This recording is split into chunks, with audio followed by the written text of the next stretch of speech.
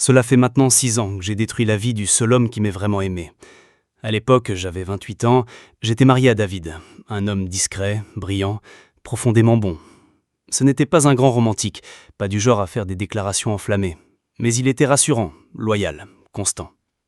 Le genre d'homme qui plie ton linge sans qu'on le lui demande, qui prépare ton café à la perfection chaque matin, qui se souvient de l'anniversaire de ta mère mieux que toi.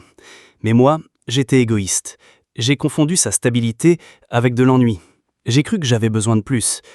Et c'est là qu'il est arrivé, mon patron. Charismatique, riche, sûr de lui, toujours dans la séduction. Au début, j'ai fait semblant de ne rien voir, mais j'aimais cette attention. C'était flatteur, envoûtant même. Et puis un jour, les petits jeux de regard se sont transformés en vers partagés, et les vers en nuit que je ne pourrai jamais effacer. Ce n'était même pas de l'amour, juste du désir, de l'orgueil, et une envie désespérée de me sentir désiré. Je me suis persuadé que David ne découvrirait jamais rien, que ce n'était qu'une phase.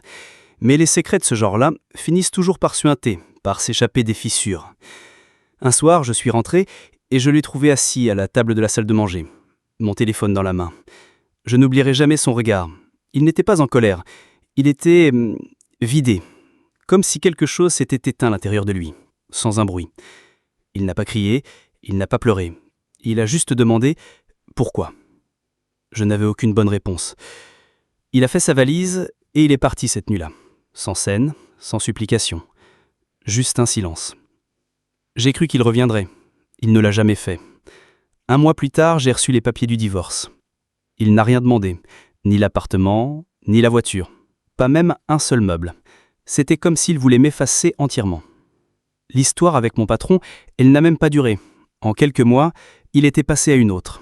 J'étais juste une distraction de plus. J'ai tout perdu. Pour absolument rien. Les années ont passé lentement. J'ai déménagé, j'ai changé de travail. J'ai même essayé la thérapie. Mais la culpabilité, elle, est restée. La honte aussi. Et le souvenir de l'homme que j'ai brisé. La semaine dernière, je l'ai revu, dans une librairie, de tous les endroits possibles. Je flânais entre les rayons de fiction quand j'ai entendu un rire. Ce rire. Doux, grave, indiscutablement celui de David. Je me suis retourné, et il était là, devant les biographies, tenant la main d'une petite fille. Elle devait avoir 4 ans et avait ses yeux. Une femme s'est approchée, belle, chaleureuse. Elle a posé la main sur son bras. Il lui a souri. Ce sourire qu'il me réservait autrefois. Ils avaient l'air d'une image parfaite, une vie reconstruite, une vie dont je ne faisais plus partie. Il ne m'a pas vu, ou peut-être que si, mais il n'a rien laissé paraître. Je ne lui ai pas parlé. Je me suis contenté de le regarder, de loin, le cœur battant, la gorge sèche. Puis je suis parti. Je ne sais pas pourquoi j'écris tout ça. Peut-être parce que je ne me suis jamais excusé. Peut-être parce que j'ai porté cette histoire seule trop longtemps. Peut-être aussi parce qu'une part de moi espère encore qu'il va bien. Et il avait l'air heureux. Il est heureux. Et ça doit me suffire. Il est trop tard pour demander pardon. Mais il n'est pas trop tard pour reconnaître que j'ai eu tort. Que j'ai été faible, ingrate, et que j'ai perdu l'amour de ma vie par ma propre faute.